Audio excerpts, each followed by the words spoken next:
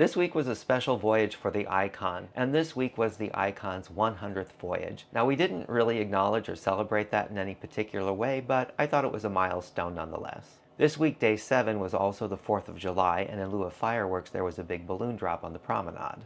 Other than that, this was a pretty routine week, so I thought I'd spend the rest of this video telling you a little bit about what our pre-show looks like. On a 2-show day, we typically have a matinee at 3 and an evening performance at 8:30, but our day actually starts at 1:15 with points check. All of the actors and dancers who do the flying, plus their understudies, are required to attend. The riggers bring all of the equipment down to the stage. The riggers do a safety check on their own, but the points check is for the actors, and if we see anything that looks out of the ordinary or unsafe, we can bring it to the riggers' attention and they can address it before the show. That brings us up to 1:30, or an hour and a half before the show, and that's when we have our mandatory warm-up. And in fact, Royal Caribbean requires a mandatory warm-up for all of their crew. In fact, it's not uncommon in the morning to walk into a crew stairwell and come across a team of cabin attendants all doing some sort of a group warm-up. Even if you have a position that doesn't require a lot of physical exertion, you still walk thousands of steps and you're constantly walking up and down the crew stairs, which are very steep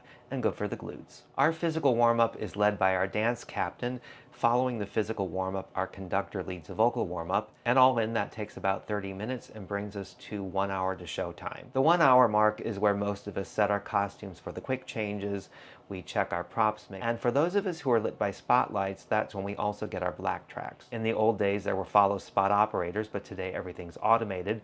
So for those of us who are lit by follow spots, we have little lights built into our costume, and that's how the follow spot detects us and follows us around the stage. Those little lights on our costumes all have cables that need to be connected to a battery pack, so we have to get the battery pack, connect the cables, and make sure it's all tucked away in our costume before we can get dressed. Once all of that is done, it usually brings us up to our half-hour call. Half hour is also our mic check, so we get mic'd up and they do a sound check on all of us. Then we finish getting dressed and made up, ready to go. After the half-hour call, we have a 15-minute call, a 10-minute and a 5-minute call, and finally places. After places, the show starts in about 2 minutes. Once the show starts, there's no intermission and it runs about 110 minutes. After the curtain comes down, we get changed, we hang up our costumes, we return our mics and our black tracks, we take any laundry that's being done for that performance to the laundry room, and we are done, at least for that performance. We're called back for the second show at half hour at 8 o'clock.